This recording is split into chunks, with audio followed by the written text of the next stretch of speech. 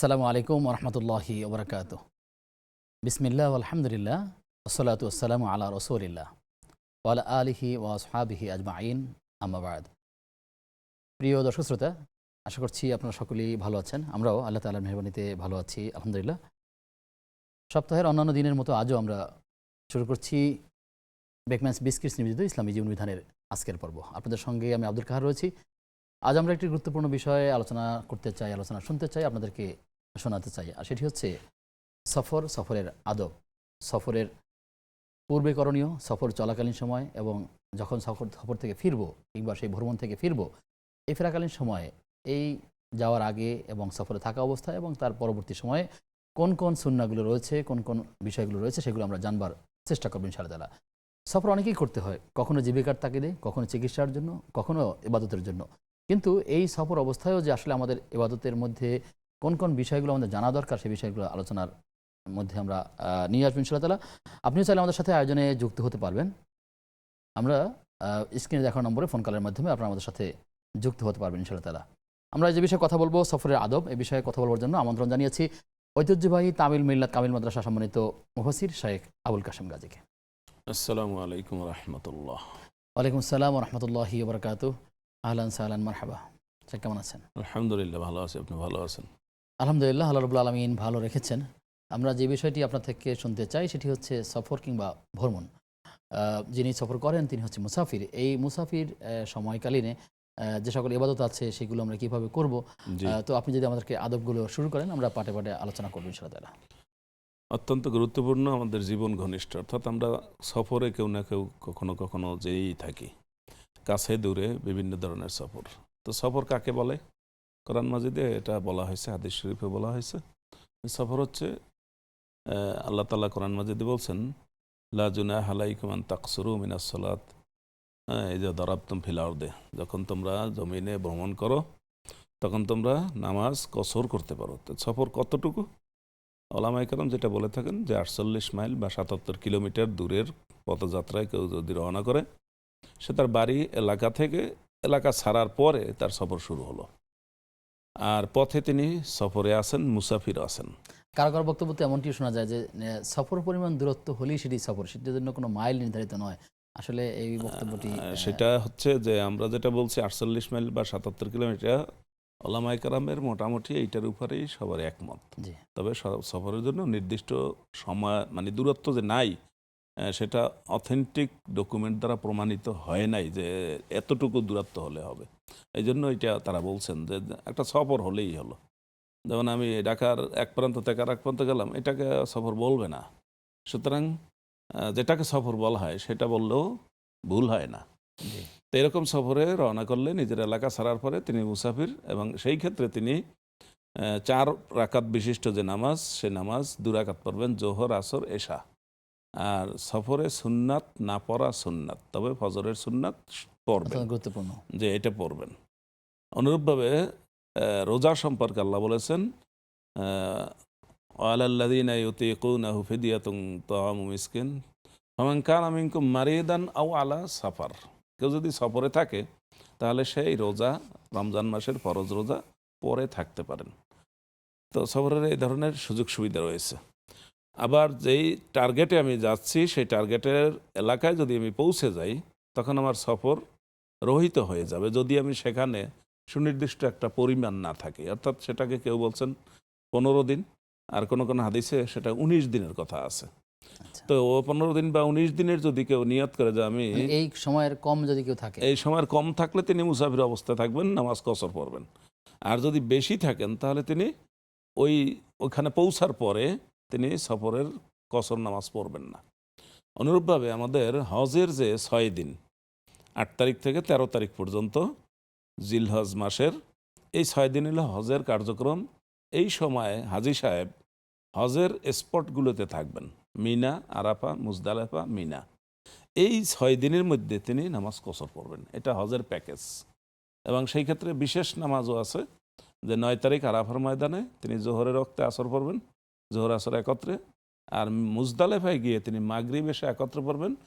আরাফা থেকে মুজদালেফায় তিনি যদি স্বাভাবিক গতিতে যান তাহলে তার মাগরিবের নামাজ কিন্তু টাইম ওভার হয়ে যাবে। এই ওভার হইলে তিনি পথে নামাজ পড়বেন না। এটা হজের প্যাকেজ। অর্থাৎ মুজদালিফায় গিয়ে পড়বেন, অক্ত থাকবে অথবা থাকবে না। আর জোহরের নামাজ যখন পড়ছেন আরাফারে, তখন কিন্তু আসরের রক্ত হয়নি, তাহলে একটাকে আমি কি এগিয়ে আনলাম আর একটাকে পিছিয়ে দিলাম।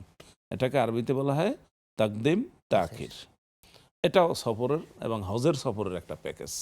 আমাদের মুসলমান ভাই বোন যারা আছেন হজে যাবেন অথবা উমরায় যাবেন, তাদের কিন্তু এই প্যাকেজটা জানতে হবে। আর এমনিতে সফরে আমাদের নামাজ কসর পড়া। এখন কেউ বলবেন যে আমার সফরে কোনো সমস্যা নাই, আমি নামাজ কসর পড়ার দরকার নেই, আমি খুব জার্নিতে আমার ভালো লাক্সারিয়াস পরিবেশ আছে, কষ্ট হচ্ছে না। বিশেষ করে আপনি বলবেন যে যারা লঞ্চ যাতায়াত করেন, এখন ভিআইপি লঞ্চ এত আছে যে কেবিনের মধ্যে ঢুকলে আপনাকে বাড়িতে আছেন না লঞ্চে আছেন বুঝতে পারবেন না। তো তাদের কথা যদি এরকম হয় যে আমি তো কসর নামাজ আমার পড়া জরুরি না, বরং একজন জিজ্ঞাসা করছে ইয়া রাসূলুল্লাহ, ওখানে তো আয়াতের মধ্যে বলা আছে যে ইন খিফতুম ইয়াফতিনাকুম আল কাফিরুন আল্লাযিনা কাফারু, যারা কাফের তারা তোমাদেরকে কোনো বিপদে ফেলে দিতে পারে, তখন তোমরা নামাজ সংক্ষেপ করো। তার মানে ফুল নামাজ 4 রাকাত, কসরের নামাজ 2 রাকাত, আর ভয়ের নামাজ 1 রাকাত। ভয়ের নামাজ আছে, অর্থাৎ যুদ্ধকালীন যে নামাজ সালাতুল খাওফ, যুদ্ধকালীন নামাজ হলো 1 রাকাত। অর্থাৎ ইমামের সাথে একদল মানে অর্ধেক সৈন্য ইমামের সাথে নামাজ পড়বে, 1 রাকাত পরে তারা তাদের অস্ত্র নিয়ে আবার পাহারায় দাঁড়িয়ে যাবে। অন্য দল গিয়ে আর দ্বিতীয় রাকাত পড়বে, দ্বিতীয় রাকাত পরে ইমাম সাহেব যখন সালাম ফেরাবেন তখন তারা 1 রাকাত পড়বে, আর যারা এইদিকে এসেছে তারা আবার পরে 1 রাকাত পরে নেবে। তার মানে তবুও নামাজ জামাতে হোক বা 2 জামাত না হোক। তো এইভাবে সফরে ভয়ের কারণে এই নামাজটা কসর করা হয়েছে। তখন রাসূলুল্লাহ সাল্লাল্লাহু আলাইহি সাল্লাম জবাব দিয়েছেন, হাদিয়াতুন তুহুদামির রব্বিকা ফা আকবিল হাদিয়াতার রব, যে আল্লাহর পক্ষ থেকে তোমাকে একটা উপহার দেওয়া হয়েছে, সেই উপহার আল্লাহ যেহেতু দিয়েছেন তুমি এটা গ্রহণ করো, এটা অগ্রাহ্য করবে না। অর্থাৎ ইচ্ছাকৃতভাবে সফরে আপনি পুরা নামাজ পড়তে পারবেন না। আরও একটা সফরের নিয়ম আছে, সহিহ বুখারীতে এই হাদিস উল্লেখ রয়েছে। সফরে আপনি যখন পথে থাকবেন তখন আপনি জোহরের ওয়াক্তে আসরের নামাজ পড়ে নেবেন, এমনিতেই পড়বেন 2 রাকাত, আবার অগ্রিম পড়বেন, আবার মাগরিবের ওয়াক্তে এশার নামাজ পড়ে নিতে পারেন। জিজ্ঞাসা করা হয়েছে আব্দুল্লাহ ইবনে আব্বাস রাদিয়াল্লাহু তাআলা আনহু, যিনি কোরআন মাজিদের মুফাসসির হিসাবে তাফসির যার থেকে আমাদের শিখতে হবে, তাকে জিজ্ঞাসা করা হয়েছে যে এভাবে অগ্রিম নামাজ কেন পড়া হলো সফরের মধ্যে। বলা হয়েছে সফর তো একটা কষ্ট, আর সফর কিতাতুম মিন আযাব, সফর হচ্ছে কষ্টের একটা অংশ। অতএব এই কষ্ট লাঘব করার জন্য আল্লাহ তাআলা জোহর আসর একত্র পড়ার অনুমতি দিয়েছেন এবং মাগরিব এশা একত্র পড়ার অনুমতি দিয়েছেন। এতে কিন্তু সফরের কাজ সহজ হয়ে যায়। আপনি এক জায়গায় কোনো মতে থামতে পারলেন, জোহরের নামাজ পড়বেন 2 রাকাত, ওই সময় আপনি আসরের নামাজও পড়ে নিলে আপনার পুরা বিকাল টাইম আপনি অবসর আছেন। এক্ষেত্রে কারো কারো মত হচ্ছে যে সেই যে জমা করবে সালাতকে, এটি শুধুমাত্র হজের জন্যই কাজ, এটা অন্য সময় করা যাবে না। না, এই সহিহ বুখারীতে যে হাদিস, এই হাদিস কোনো শর্তযুক্ত নয়।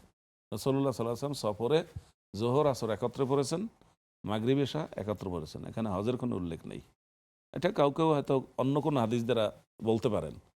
আর হজের যেটা আমি সেটা তো বলছি, হজের প্যাকেজ ওই হজের 6 দিন, 8 তারিখ থেকে 13 তারিখ পর্যন্ত হজের প্যাকেজের মধ্যে কসর নামাজ পড়বে। কারণ এই যে হজের যে জায়গাগুলো মানাসিকুল হজ, এই মিনা, আরাফা, মুজদালিফা, এই জায়গাগুলো কিন্তু লোকালয় না, এগুলো হজের প্যাকেজ। ওই এলাকায় কোনো মানুষ বসতি করে না।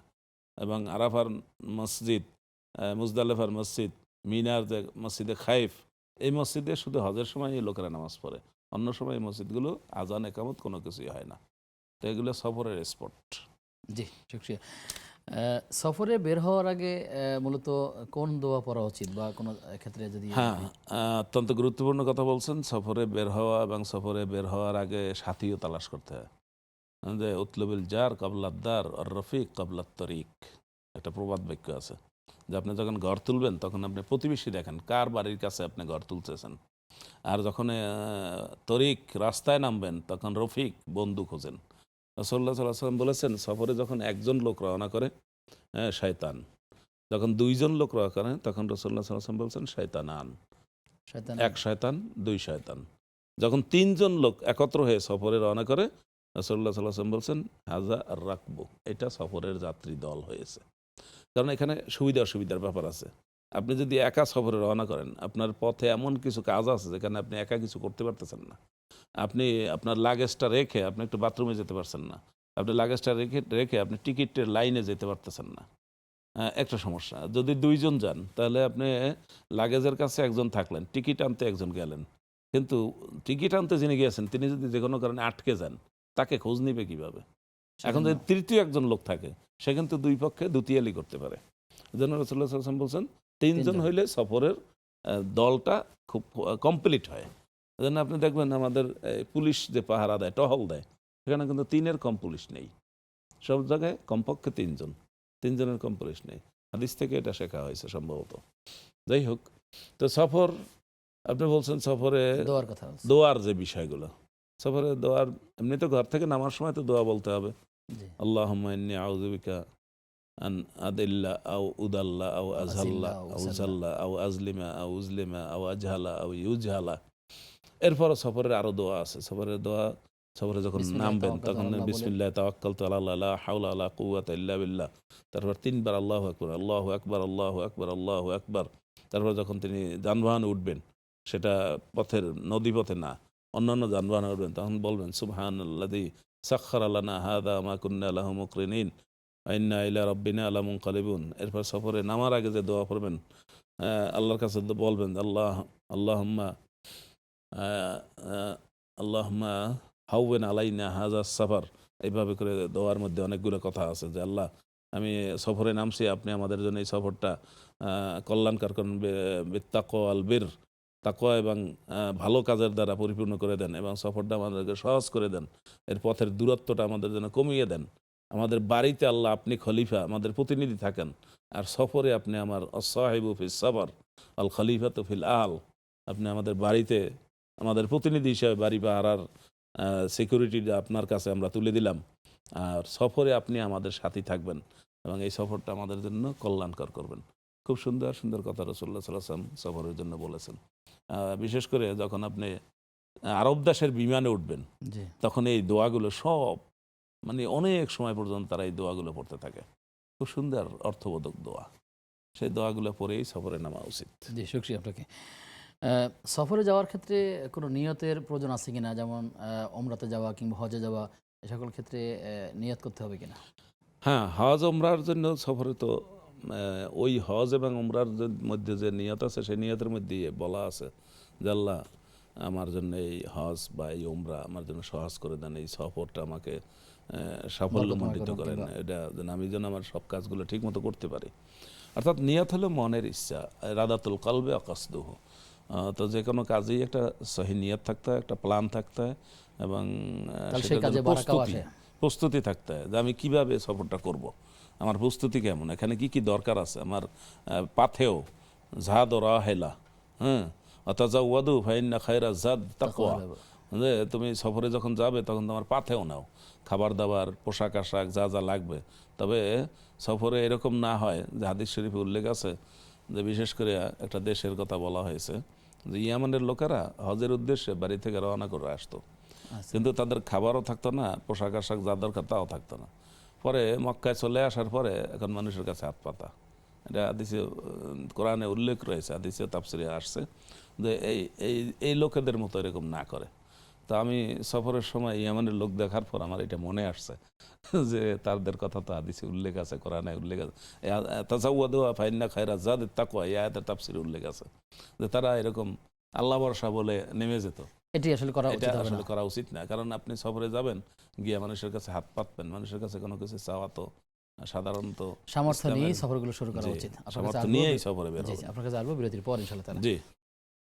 প্রিয় দর্শক, আপনারা দেখছেন বেকম্যানস বিস্কিটস নিবেদিত ইসলামী জীবন বিধান। সময় হয়েছে একটা বিরতির। কিছুক্ষণ পর সাথে থাকুন।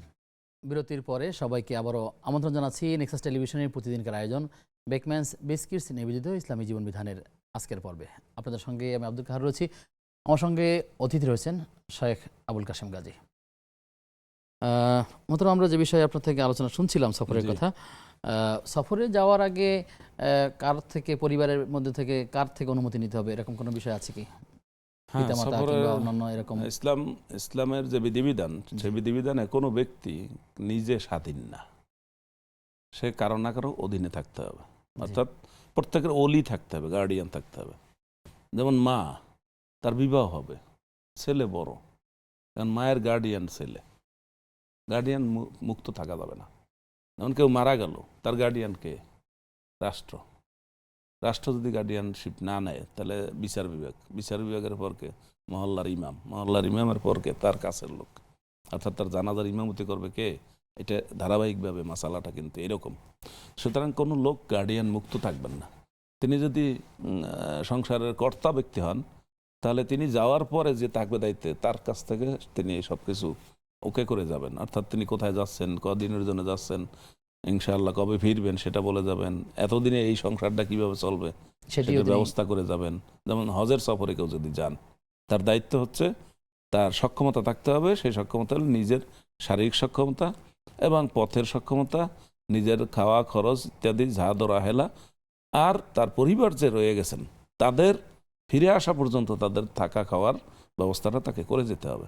সেখানে একজন গার্ডিয়ান অবশ্যই রেখে যাবেন, তার কাছে এগুলো সব হিসাব নিকাশ দিয়ে যাবেন, লেনদেন সব ক্লিয়ার করে যাবেন। বাকি থাকতে পারে, বাকি জিম্মাদার থাকবে।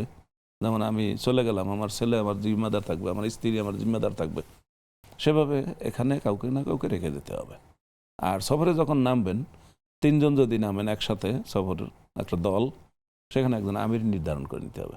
আমাদের 3 জনের আমির এই, তিনি নেতৃত্ব দিবেন, তার কথা মোতাবেক চলতে হবে। আর আমিরের দায়িত্ব হলো সাথে যারা আছে তাদের পরামর্শ নিয়ে কাজ করবেন। আমরুহুম শুরা বাইনাহুম, আল্লাহ বলছেন ইমানদারের কাজ হচ্ছে পরস্পরের পরামর্শ করে কাজ করা। জি, একটি বিষয় হচ্ছে যে আপনি বলছিলেন যে সফরের সময় নামাজকে জমা করা যায়, সেটি আমরা সেই বিষয়ে কথা শুনবো। এর আগে দর্শক যুক্ত হয়েছেন। জি, দর্শক কি আছেন আমাদের সাথে? আসসালামু আলাইকুম ওয়া রাহমাতুল্লাহ। ওয়ালাইকুম সালাম ওয়া রাহমাতুল্লাহ। আপনার থেকে আব্দুল জব্বার বলছিলাম, ভালো আছেন? জি আলহামদুলিল্লাহ, আল্লাহ রাব্বুল আলামিন ভালো রেখেছেন, আশা করছি আপনিও ভালো আছেন। জি, আমার প্রশ্ন সংক্ষিপ্ত 3। জি, প্রথম প্রশ্ন, 48 কিলোমিটার বেশি সফরে গেলে নামাজ 4 রাকাতের জায়গায় 2 রাকাত, 3 রাকাতের জায়গায় 2 রাকাত পড়তে হয়। যা নবী করিম সাল্লাল্লাহু আলাইহি ওয়াসাল্লামের সময় হয়তো চালু ছিল। ওই সময় তো যাতায়াত ব্যবস্থা খুব খুবই সহজ, হেঁটে কিংবা উঠে মরুভূমির প্রান্তরে। 48 কিলোমিটার একবারেই সেই ধারাটাই কি এখন ওইভাবেই চলবে? এটা এই সম্বন্ধিত কথা সাহিত্যের একটা সুন্দর আমার কোনো প্রশ্ন এমনি পরামর্শ। আচ্ছা, 2 নম্বর প্রশ্ন, আমি আজকে শুক্রবারে নামাজ পড়তেছি, যখন বাদল জমা নামাজ পড়ি, আমার সামনে দিয়ে একটা বাচ্চা যাচ্ছিল, হাত দিয়ে ঠেকাইছি ডান হাত দিয়ে, এটা যেতে দেয়নি সামনে দিয়ে। এটাকে আমার নামাজের অনেক ক্ষতি হয়েছে কিনা? আর 3 নম্বর প্রশ্ন, আপনারা অহরহ করেন যে একজন মানুষ মারা গেলে তাকে উদ্দেশ্য করে কোনো খাওয়া দাওয়ার আয়োজন না করাই ভালো, কিন্তু গ্রামগঞ্জে কিন্তু ব্যাপকভাবে এটা এখন সেই আগের মতোই রয়েছে। পরের প্রশ্নটি কি যদি আরেকটু বলেন ক্লিয়ার করে? এই 3 নম্বর প্রশ্ন।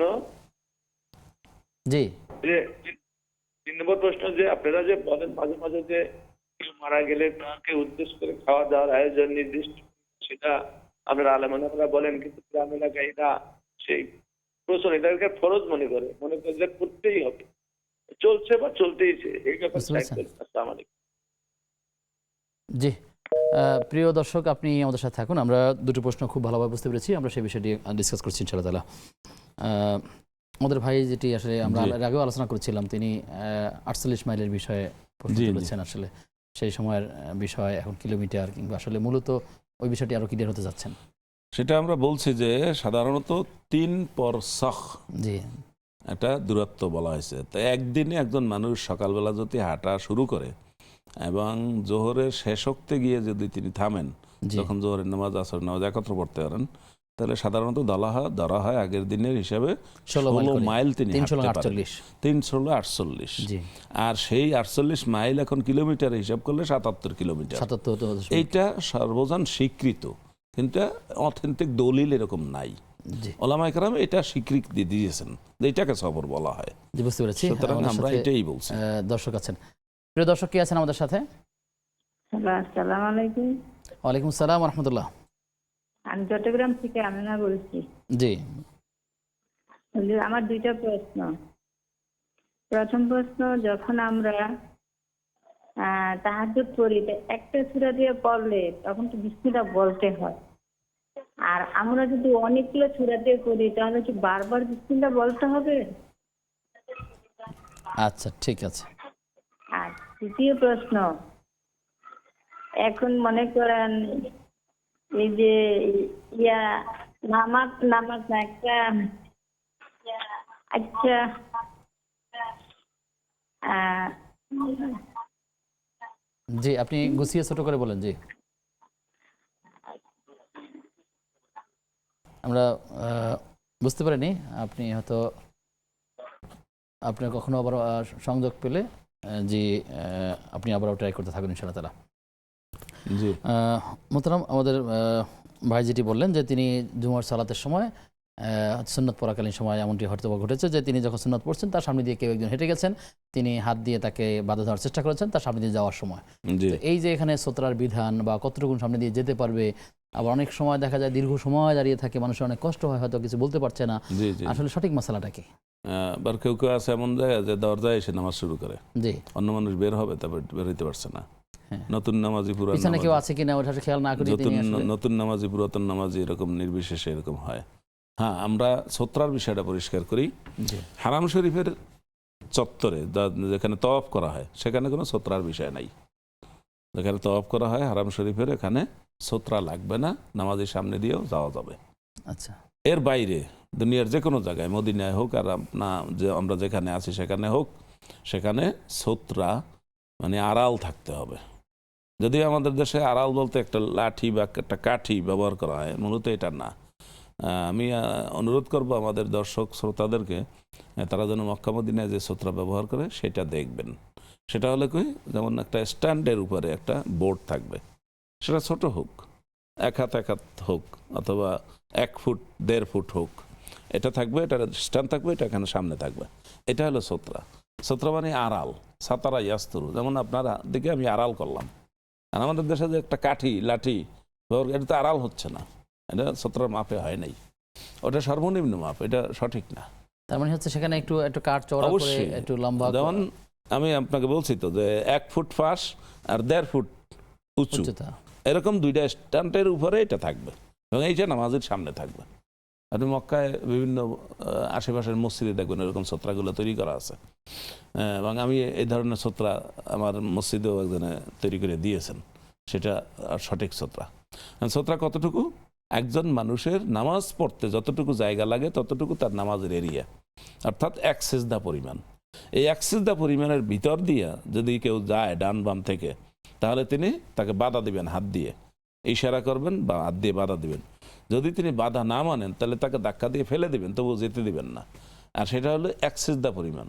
কিন্তু একজন নামাজ পড়তে এমন জায়গায় দাঁড়িয়েছেন, তার সামনে আরো 2 কাতার 3 কাতার 4 কাতার 5 কাতার জায়গা খালি আছে। এই টোটাল জায়গা কিন্তু এই নামাজি লোকের এরিয়া নয়। তাই অন্য লোকেরা যারা যাবেন তারা তার নামাজের যে 1 কাতার সাজদার জায়গা যখন তার বাইরে দিয়ে তিনি সিজদার যাবেন। জায়গার বাইরে দিয়ে তারা যেতে তিনি হাত পারবেন। দিয়ে যে কাজটি করেছেন সেটা ঠিক আছে, হাত হাদিস দিয়ে সম্মত। ফিরাবেন এবং ফিরানোটা ঠিক আছে। আর আমাদের দেশে সাধারণত আমি বলবো, আমাদের দেশের লোকেরা নামাজ পড়তে থাকে কাউকে ফিরায় না, জি, এটা ঠিক করে এটি না। সঠিক না। জি, ফিরাবে। হাদিসে 2 ধরনের শব্দ আছে, তাকে বাধা দিবে, এমনকি তার সাথে শক্তি প্রয়োগ করবে, যুদ্ধ করবে, তাকে ফেলে দিবে, যেতে দিবে না। আল্লাহ তাআলা আমাদেরকে আমল করার তৌফিক দান করুন। আমাদের সাথে জি। দর্শক আছেন, প্রিয় দর্শক, কে আছেন আমাদের সাথে? পরিচয় দিয়ে প্রশ্ন করুন। হ্যালো, হ্যাঁ, আসসালামু আলাইকুম। ওয়ালাইকুম সালাম ওয়া রাহমাতুল্লাহ। হ্যাঁ, আমার প্রশ্ন হচ্ছে মানে বেতের নামাজ কি বৈশা পড়া যাবে? আচ্ছা, আচ্ছা, আর 2 নাম্বার প্রশ্ন হচ্ছে এই অনুষ্ঠানটা পূর্ণ প্রচার রাত 4টা বাজে দেয়, কিন্তু দিনে কি কোনো সময় দেয়, এটা জানার ছিল। আচ্ছা, ঠিক আছে। আপনারা থাকুন, আমরা বিষয়গুলো জানানোর চেষ্টা করব ইনশাআল্লাহ তাআলা। মোহতারাম, আমাদেরকে যে বোন চট্টগ্রাম থেকে এর আগে প্রশ্ন করলেন যে জি। তিনি যখন তাহাজ্জুদের সালাত আদায় করেন, সেখানে তিনি যখন এক সূরা থেকে অন্য সূরা যাচ্ছেন, তিনি যতবার অন্য সূরা পড়বেন ততবারই তিনি বিসমিল্লাহ পড়বেন কিনা, কিভাবে তিনি এটা করবেন? বিসমিল্লাহ কোরআন মাজিদের আয়াত, জি, এটা একদম একমত সবাই। এখন এটা সূরা ফাতিহার অংশ না স্বতন্ত্র আয়াত, এটা নিয়ে মতানৈক্য আছে। সেজন্য কেউ এটাকে সূরা ফাতিহার অংশ মনে করেন, আর কেউ এটা স্বতন্ত্র একটা আয়াত মনে করেন। আর অন্য সূরার শুরুতে যে বিসমিল্লাহ, এটা বরকতের জন্য লওয়া হয়েছে। দুইটা সূরার মধ্যে ভাগ করার জন্য যেমন লওয়া হয়েছে, তেমনি অন্য সূরা শুরুর আগে বিসমিল্লাহ বরকতের জন্য বলা হয়েছে। অতএব কোরআন মাজিদে যেমন বরকতের জন্য বারবার বিসমিল্লাহ লেখা হয়েছে, আপনিও যখন সূরা পরিবর্তন করবেন, এক সূরা থেকে আরেক সূরায় যাবেন, সূরা ফাতিহা থেকে যাবেন বা অন্য সূরা থেকে, যেমন আলাম তারা সূরা পড়লেন, এখন কুরাইশ সূরা পড়বেন, তার মাঝে বিসমিল্লাহ বলবেন। যেহেতু এটা বরকতের জন্য হয়েছে, আপনি বরকত থেকে বঞ্চিত হওয়ার চেষ্টা করবেন না, বরং বরকত পাওয়ার জন্য চেষ্টা করবেন। সবসময় এক সূরা থেকে আরেক সূরা গেলে বিসমিল্লাহ বলবেন। এই সুন্নাহ আমলগুলো করবেন, এটা সুন্নাহ। জি, আপনার কাছে আসবো বিরতির পর ইনশাআল্লাহ।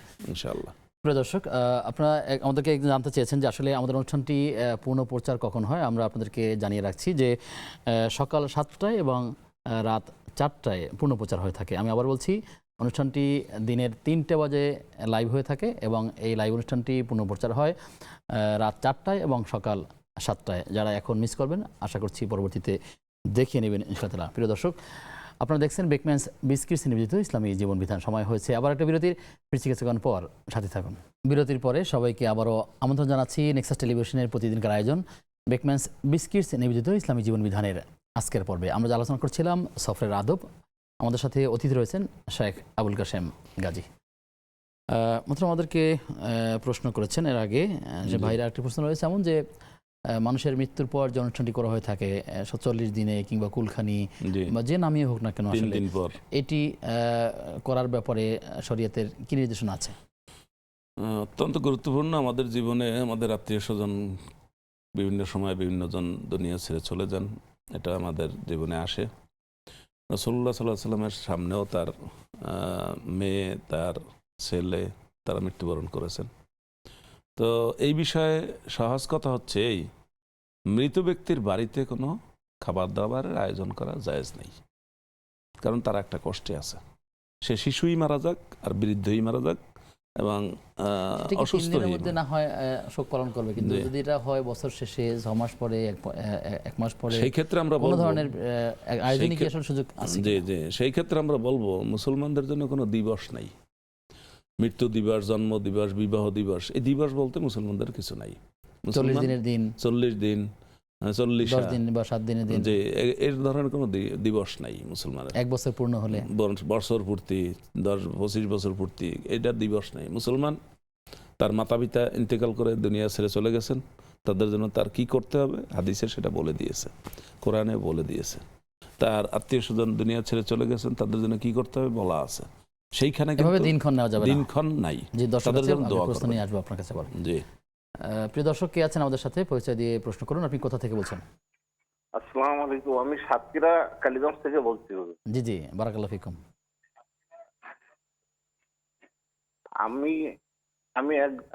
আমার নাম রেজাউল বিশ্বাস। আমি একজন স্ট্রোক হয়ে আমি একজন প্যারালাইসিস রোগী। আমি চলতে ফিরতে পারি না তেমন। জি, এখন এই মতো অবস্থা আমার স্ত্রীও এখন সমস্ত গাড়ি ব্যথা, সেও আর চলতে পারে না। আমার 3টি কন্যা সন্তান, তা গরিব মানুষের সঙ্গে বিয়ে হয়ে গেছে। এখন হুজুর, আমি লোকাল ডাক্তার দেখাচ্ছি, আমি যা দেখছি, আমি ওষুধও খাচ্ছি, আমার স্ত্রীও অসুস্থ। আপনারা আমার জন্য একটু দোয়া চাচ্ছি আপনাদের কাছে। আমি বাংলায় নামাজ পড়ি, বাংলায় আল্লাহর কাছে প্রার্থনা করি। এখন কোন সময় প্রার্থনা করলে আল্লাহর কাছে আমাদের দোয়াটা কবুল হবে, একটু আমরা সেইটা জানতে চাচ্ছিলাম আপনার কাছে। আমরা দুজন খুবই অসহায়। ঠিক আছে, আপনার জন্য আল্লাহ তাআলার কাছে আমরাও দোয়া করি। আল্লাহ তাআলা আপনাকে সুস্থতা দান করুন এবং আপনার স্ত্রী সহ পরিবারের অন্য যারা আছেন সবাইকে নিরাপদে রাখুন, আমাদের সাথে রাখুন এবং পরিপূর্ণ সুস্থ দান করুন। আমরা সেই দোয়াই করছি। এই ভাইয়ের প্রশ্নে যদি আপনি খুব সংক্ষেপে দিয়ে দিন। আসলে তিনি দোয়া করে থাকেন, অনেক কষ্টেও আছেন, তার কথা থেকে বোঝা যাচ্ছে আসলে তিনি দোয়া কবুলের যে কষ্টে আছেন। দোয়া কবুলের সময়ের কথা বলছেন, আসলে কোন সময় দোয়া করলে কবুল হবে এটি আসলে জানতে চাইছেন। দোয়া কবুলের কথা যেটা বলছেন তিনি, সেটা হলো যে কোনো ভালো কাজ করার পরে তিনি দোয়া করবেন। আর ফরজ নামাজের শেষাংশে দোয়া করবেন, সালাম ফেরানোর আগে। ফরজ নামাজের শেষে যেমন আমরা তাশাহুদ পড়ি, দরুদ শরীফ পড়ি, তারপর দোয়া দোয়া মাসুরা মাসুরা পড়ি। এই দোয়া মাসুরার সাথে এখানে তিনি দোয়া করবেন, এবং তিনি বলছেন যে তিনি বাংলায় দোয়া করেন। জি হ্যাঁ, তিনি বাংলায় দোয়া করতে পারেন। আরবি যদি পারেন আরবি বলবেন, রব্বানা আতিনা ফিদ দুনিয়া হাসানাতাও ওয়া ফিল আখিরাতি হাসানাতাও ওয়া কিনা আযাবান নার। এই দোয়া তো সচরাচর সবাই জানে। বাংলায় কি তিনি আরো ফরজ দোয়া নামাজে আছে। করতে পারবেন? এবং তিনি একা একা যে নামাজ পড়েন নফল নামাজ, সেই নামাজে তিনি আরবিতে, বাংলায়, যে কোনো ভাষায় তিনি দোয়া করতে পারেন। কারণ আল্লাহর কাছে ভাষাটা মুখ্য না, দোয়াটা মুখ্য। আল্লাহ নবী রাসূল পাঠিয়েছেন যেই এলাকায় যেই ভাষা সেই ভাষায়। আল্লাহ তাআলা বলছেন সূরা ইব্রাহিমের 4 নম্বর আয়াতে, ওমা আরসালনা মির রাসূলিন ইল্লা বিলিসানি কওমি লিওয়াইয়িনা লাহুম। আমি যেখানে যে নবী পাঠিয়েছি ওই দেশের ভাষায় পাঠিয়েছি, যাতে ওই ভাষায় তাদেরকে বুঝিয়ে দিতে পারে। আল্লাহর বাণীটা হলো মূল, ভাষাটা মূল না। সুতরাং তিনি আরবিতে দোয়া করতে পারেন, বাংলায় দোয়া করতে পারেন, যেইভাবে পারেন সেইভাবে। আর তার দোয়া কবুলের জন্য আমরা বলছি নামাজের শেষাংশে, তাহাজ্জুদের সময় দোয়া কবুল হয়, দান করার পরে, দান করার দরুদ পরে শরীফ দোয়া। পড়ে। এছাড়া আরও আছে দোয়া সম্পর্কে রাসূলুল্লাহ সাল্লাল্লাহু আলাইহি ওয়াসাল্লাম খুব সুন্দর কথা বলছেন। আপনি কোনো হতাশ হবেন না, আমাদের ভাইকে বলবো এবং আমাদের দর্শক শ্রোতা যেখানে আছেন সবাইকে বলবো, আপনি দোয়া করতে থাকবেন, হতাশ হবেন না। আপনি এটা বলবেন না যে আমি বহুত দোয়া করছি, আল্লাহ শোনে না, এখন আর করব না। না, আপনি দোয়া করতে থাকবেন। আপনার দোয়ার 3টা অবস্থা। জি, আমরা সেই অবস্থা জানবো। দর্শক আছেন, জি, প্রিয় দর্শক কে আছেন আমাদের সাথে? জি, আসসালামু আলাইকুম। ওয়ালাইকুম আসসালাম ওয়া রাহমাতুল্লাহ। আমার 2টা প্রশ্ন হুজুর। জি। প্রথম প্রশ্ন হলো, রবের নামে তসবিহ পাঠ করো রাতের মধ্যভাগে বা শেষ ভাগে, এই আয়াতটা দ্বারা কি বুঝাইতেছে, এটা একটু বুঝাই দিবেন। আরেকটা আয়াত হলো, রবের নামে রবের পবিত্রতা ও মহিমা ঘোষণা করো সকাল সন্ধ্যায়। জি, আপনার দুটো প্রশ্ন পেয়েছি, আপনি থাকুন আমাদের সাথে, আমরা জানবার চেষ্টা করবো ইনশাআল্লাহ। মতন আপনি বলছিলেন যে আসলে দোয়া কবুলের সময় আজান একামতের মাঝেও দোয়া কবুল হয়, আর আপনি বলছিলেন যে দোয়া ফেরত দেওয়া হয় না, 3টি অবস্থার কথা বলতে চাইছিলেন। অনেকগুলো জায়গা আছে দোয়া কবুলের। ইফতারের আগে দোয়া কবুল হয়, 2 খুতবার মাঝখানে যখন খতিব সাহেব বসেন তখন দোয়া কবুল হয়, বৃষ্টির সময় দোয়া কবুল হয়, জুমার দিনে আসরের পরে দোয়া কবুল হয়, বৃষ্টির সময় দোয়া কবুল হয়। হজের বিভিন্ন স্পট আছে, হারাম শরীফে, মদিনা শরীফে, এই জায়গায় দোয়া কবুলের ব্যাপার আছে। তো দোয়ার 3টা অবস্থা, হতাশ হবেন না কেউ। একটা হলো আপনি যা দোয়া করছেন, আল্লাহ আপনার দোয়া কবুল করছেন, আপনার কাজটা সিদ্ধ হয়ে গেছে, আপনি অসুস্থ ছিলেন, সুস্থ হয়ে গেছেন, আলহামদুলিল্লাহ। আর যদি এখন আপনি দোয়ার ফল পাচ্ছেন না, হতে পারে আল্লাহ আপনার কোনো একটা বিপদ আসতেছিল, সেটা আপনাকে, সেই বিপদটা থেকে আল্লাহ নাজাত দিয়েছেন, সেই বিপদটা আপনার আসে নাই। তাহলে আপনি কিন্তু দেখছেন যে আপনার কোনো কিছু হয় নাই, আসলে কিছু হয়েছে। বিপদ একটা আসতেছিল, আপনি রোডে হাঁটতেছিলেন, সেখানে আপনি অ্যাক্সিডেন্ট করে বসলেন, কিন্তু ওই অ্যাক্সিডেন্টটা করলেন না, তাহলে আপনি একটা বেঁচে গেলেন, আল্লাহ হেফাজত করেছেন। আল্লাহ হেফাজত করেছেন। আর একটা হলো আপনার দোয়া দুনিয়াতে নগদও কবুল হয় নাই, বাকিতেও কবুল হয় নাই। তখন কিয়ামতের দিন আল্লাহ দেখবেন, ফেরেশতাদেরকে বলবেন যে আমার এই বান্দা আমার কাছে কোনো সময় কোনো কিছু চেয়েছে। তখন আমলনামা চেক করে ফেরেশতারা বলবে, আল্লাহ অমুক সময় চেয়েছে, অমুক সময় এই দোয়া করেছে, অমুক সময় এই প্রার্থনা করেছে। আল্লাহ জিজ্ঞাসা করেন সেগুলো কি তাকে দেওয়া হয়েছে? না, দেওয়া হয়নি, তাহলে এখন দিয়ে দাও। সুতরাং দোয়ায় কোনো হতাশা নেই, দোয়া সবসময় করতে থাকবেন, আল্লাহ একসময় কবুল করবেন। জি, আমরা যে বিষয়ে আপনার থেকে আগে কথা বলছিলাম যে না, কুলখানির কথা বলছিলাম। জি জি। তো এখানে অনেকেই মনে করেন, আমি একটা বিষয়ে ক্লিয়ার হতে চাই, মানুষকে খাওয়ানো তো নিঃসন্দেহে ভালো কাজ, যে অপরকে খাদ্য খাওয়ানো, এটা সুন্নাত সম্মত আমল। কিন্তু কেউ মারা গেলে তার জন্য শুধু খাওয়ানোর যে আয়োজন করা, এটি বেশি গুরুত্বপূর্ণ, বা এটি কি করা উচিত, নাকি তার জন্য কোনো বই পুস্তক কিনে সদকা করা, কিংবা গাছ রোপণ করা, বা এরকম আর কোন আমল আছে, মানে কোনটাকে অগ্রাধিকার দিব আমরা? আপনি যেটা বলছেন খাওয়ানোর বিষয়টা, রাসূলুল্লাহ সাল্লাল্লাহু আলাইহি ওয়াসাল্লাম বলেছেন যেই বাড়িতে লোক মারা গেছে প্রতিবেশী আত্মীয় স্বজনকে বলছেন ওই বাড়িতে খাবার দাও 3 দিন। জি, তা আমরা তো উল্টা করতেছি, ওই বাড়ির লোকদেরকে বলছি তোমরা কান্দাকাটি এখন সঙ্গে রাখো, 3 দিনের মধ্যে আমাদেরকে একটা শর্টকাট খাওয়া দাও। এরা কোথাও কোথাও 3 দিনই না, মানে মনে করেন যে দূরে আত্মীয় স্বজন দূরে থাকে, তারা 3 দিন ওয়েট করতে পারছেন না, কখনো কখনো 3 দিনের আগেও তারা অনুষ্ঠানগুলো করে ফেলেন, এদিনগুলো আমরা সেটাও লক্ষ্য করেছি। এই অনুষ্ঠানই তো মূলত শরীয়তের কোনো বিধান নয়, কোনো মৃত ব্যক্তির উদ্দেশ্যে অনুষ্ঠান শরীয়তের কোনো বিধান নয়। শরীয়তের বিধান হচ্ছে ওটা আপনি যেটা বলছেন যে আমাদের করণীয় কি, আমার বাবা মারা গেছে, আমার মা মারা গেছে, আমার দাদা মারা গেছে, আমার করণীয় কি? রাসূলুল্লাহ সাল্লাল্লাহু আলাইহি ওয়াসাল্লাম বলছেন তোমার মাতা পিতা মারা গেলে তোমার 5টি কাজ। 1 নম্বর তাদের জন্য দোয়া করো। কে দোয়া করবে? সে নিজে দোয়া করবে, পরিবার সদস্য, মসজিদের ইমাম সন্তানরা সাহেব দোয়া করবে না। সে দোয়া করলে করবে, সেটা তার ব্যাপার। তিনি মুসলিম উম্মার সদস্য হ্যাঁ, হিসেবে সেটা করবেন। সবার জন্য দোয়া করবেন, কিন্তু মাতা পিতার জন্য দোয়া করবেন তার সন্তান। আচ্ছা, 2 নম্বর হলো তাদের জন্য ক্ষমা চাওয়া, যে আমার মাতা পিতা হয়তো কোনো অন্যায় কাজ করেছে, আল্লাহর হুকুম পালন করে নেই, আল্লাহ এটা মাফ করে দিও। 3 নম্বর হলো তাদের যদি কোনো ঋণ থাকে সেটা তারা পরিশোধ করবেন। 4 নম্বর হলো মাতা পিতার আত্মীয় স্বজন যারা, যেমন মায়ের আত্মীয় আছে খালা, বাবার আত্মীয় আছে চাচা, এরা বংশের, তাদের জন্য অথবা বাবার বন্ধু আছে অনেক। এটা পরে আসতেছে, বাবার আত্মীয় মায়ের আত্মীয়ের সাথে ভালো ব্যবহার করবে। 5 নম্বর হলো বাবার বন্ধু মায়ের বান্ধবী, তাদের সাথে ভালো ব্যবহার করবে। কারণ বাবার কোনো আত্মীয় না এমন একজন বন্ধু আছে, তিনি বাবার সাথে আমাদের বাড়িতে আসতেন, বাবা তাকে আপ্যায়ন করতেন। এখন বাবার মৃত্যুর পর আমি তাকে কোনো জিজ্ঞাসাই করি না, সে মনে কষ্ট পাবে। তার সাথে আমার বাবার সম্পর্ক ভালো ছিল। আমার মায়ের বান্ধবী, আমার মা তাকে ডেকে নিয়ে আসতেন, বাড়িতে আসলে কিছু হাদিয়া দিতেন, কাপড় চোপড় দিতেন, খাবার দিতেন, টাকা দিতেন, ফল ফুল পুরো সেই দিতেন। কাজগুলো করতে হবে আমার আর কি। সেই কাজগুলো করতে হবে, এবং মা বাবার স্বভাবের জন্য জি টাকা পয়সা দান করা, জি। এই কাজগুলো মৃত্যু ব্যক্তির জন্য করণীয়। আল্লাহ কিন্তু এই আমাদেরকে- কাজগুলো বাদ দিয়ে আমরা 3 দিনে 40 দিনে খাওয়ানোর আয়োজন এই করছি। খাওয়ানোর আয়োজনের এই বিপরীতে খাওয়ানোর আমাদের যে আয়োজনের পক্ষে কোনো কথাগুলো দলিল হাদিসের নেই। মধ্যে রয়েছে আমরা সেই কথাগুলো পালন জি, করার চেষ্টা করব ইনশাআল্লাহ। ইনশাআল্লাহ। আমাদের সাথে দর্শক আছেন, প্রিয় দর্শক কে আছেন পরিচয় দিয়ে প্রশ্ন করুন। আসসালামু আলাইকুম। ওয়ালাইকুম সালাম ওয়া রাহমাতুল্লাহ। আমি আসলে পরিচয়টা জি, দিতে পারছি না। বুঝতে আমার পেরেছি, একটু আপনি বিষয় প্রশ্ন জানার করুন। ছিল যদি একটু বলতেন। আচ্ছা, আমার প্রশ্ন হচ্ছে যে পিতা বা মাতা হজ না করলে কি সন্তানের হজ কবুল হবে না? জি, আরেকটা প্রশ্ন হচ্ছে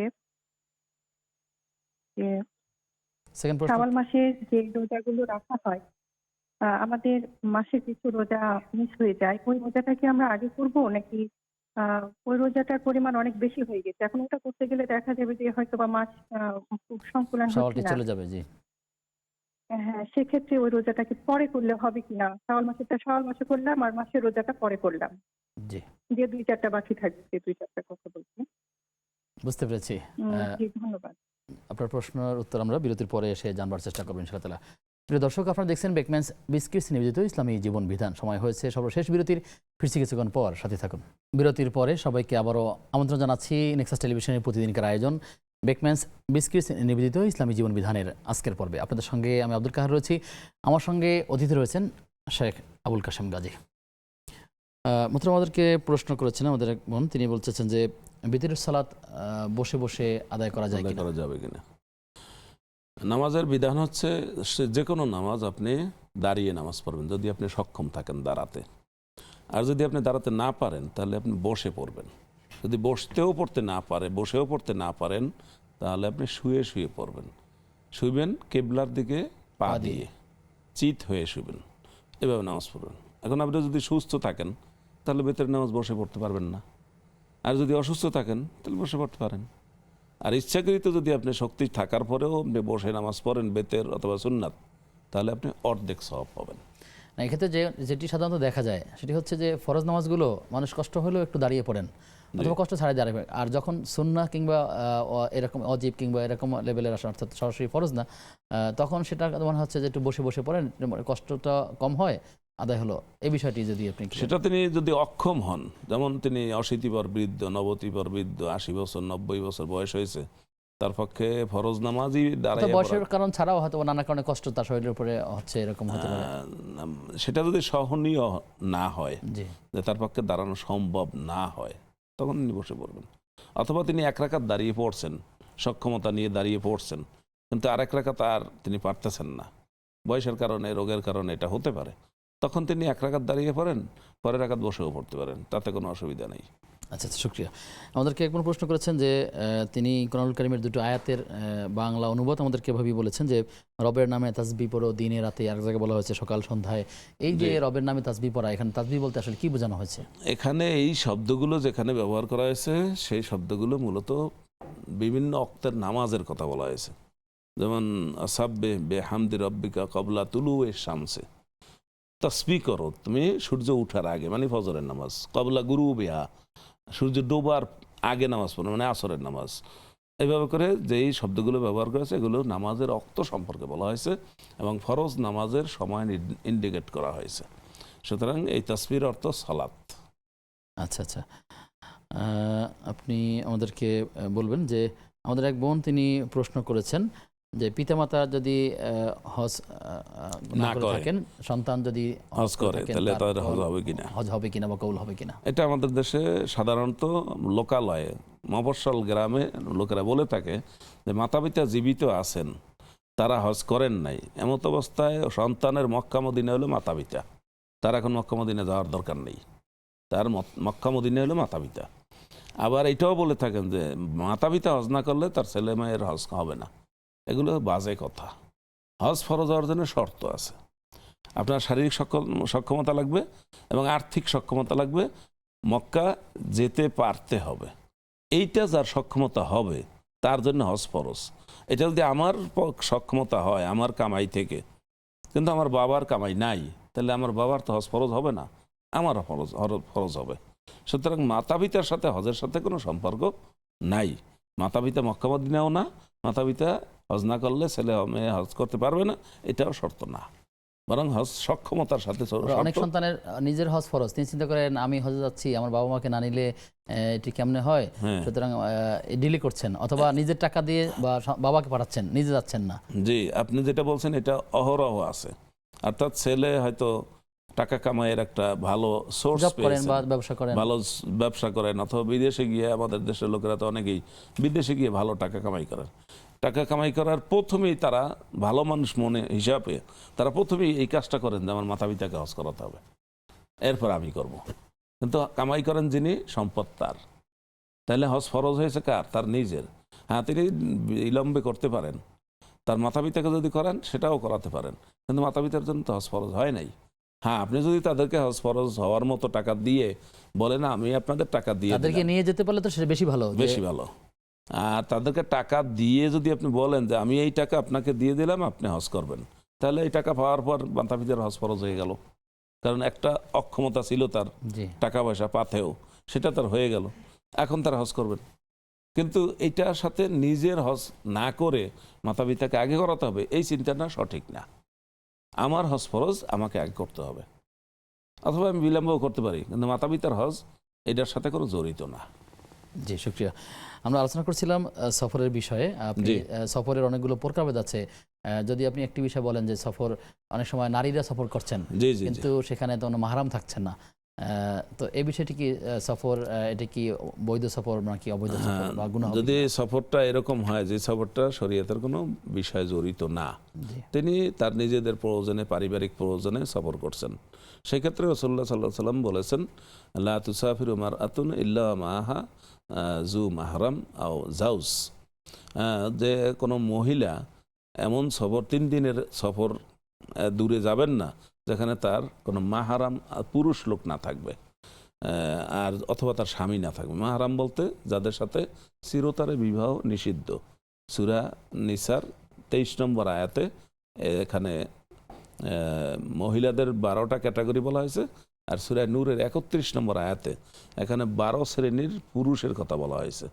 এর মধ্যে যাদের সাথে চিরতরে বিবাহ নিষিদ্ধ তারা হলো মাহারাম, যেমন পিতা, দাদা, নানা, ছেলে, ছেলের ছেলে, তার ছেলে, ভাই, আপন ভাই, সৎ ভাই, তারপর শ্বশুর, এরপর স্বামী তো আগেই আছে, স্বামীর বাবা, স্বামীর দাদা, স্বামীর নানা, স্বামীর এই জাতীয় যারা পুরুষ লোক আছেন, অনুরূপভাবে মাহারাম যারা আছে তাদের সাথে থাকতে হবে। এটা কি জন্য? এটা মহিলাদের সিকিউরিটির জন্য।